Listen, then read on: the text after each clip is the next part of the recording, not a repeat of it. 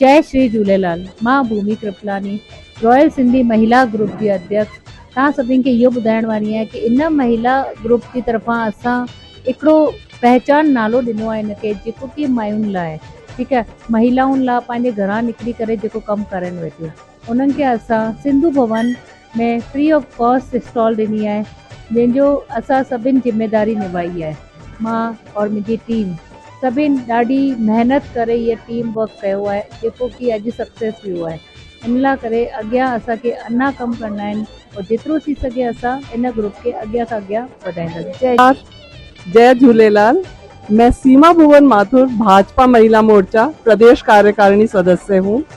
आज royal Sindhi महिला group की तरफ से मुझे इनवाइट किया है भूमि जी ने, रेखा जी ने, जो कि सिंधु भवन में इन महिलाओं के लिए, बच्चियों के लिए इन्होंने स्टॉल की फ्री ऑफ कॉस्ट यहाँ पर लगवाई है, जो कि बहुत एक अच्छा कदम है। महिलाओं के लिए एक प्लेटफॉर्म दिया है इन्होंने, तो यहाँ पर बहुत ही उत्साह है महिलाओं में और काफ़ी संख्या में यहाँ सभी समाज से महिलाएं, बच्चियां आ रही हैं।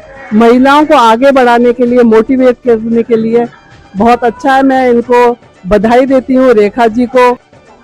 जय श्री झूलेलाल। जीअं कि तव्हां सभिनि खे ख़बर आहे कि रॉयल सिंधी महिला ग्रुप हिकिड़ो ठहियो आहे, जंहिंजे सभी जय झूलेलाल। सभिनी माताउनि भेनरुनि खे लख लख वाधायूं। अॼु जेका रेखा जी ऐं भूमि जी जेको इहो कदम खयो आहे, उन लाइ असां ॾाढो प्राउड पिया फील करूं। पहिरीं दफ़ा कंहिं महिलाउनि लाइ एतिरो सोचियो आहे कि उन्हनि खे पंहिंजी पहचान ठाहिण लाइ अॻियां वधाइणो खपिजे। ॿिए सभिनी कास्ट में पाण ॾिठो आहे, चाहे वो माहेश्वरी हुजे, अग्रवाल हुजे, माथुर हुजे, पंहिंजी क़ौम खे अॻियां वधाइण लाइ उहो ॾाढो कुझु कंदा आहिनि। त पंहिंजे हिते बि पहिरीं दफ़ा इन्हनि ॿिन्हिनि सोचियो आहे, त इहा वॾी ॻाल्हि आहे पंहिंजे लाइ। जीअं चंदा है कि सोच बहुत इम्पोर्टेंट होती है।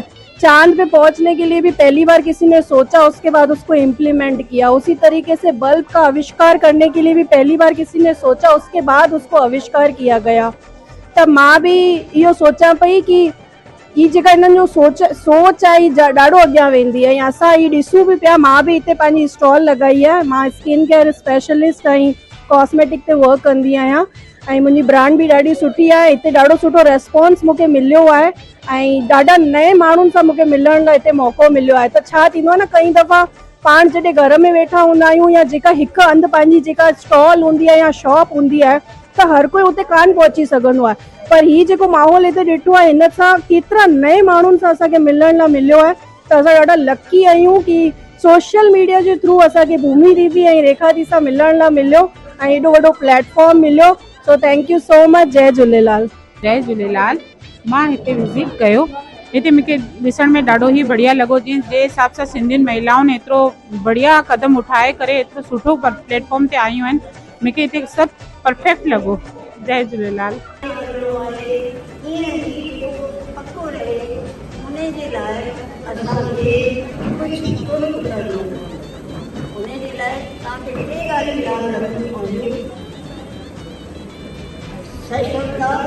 सम्मान ऐं त्याग, त इन्हनि सभिनी खे मिलाए करे तव्हांजो हीउ जेको ग्रुप ठहियो आहे न, उहो ॾाढो अॻियां वधंदो।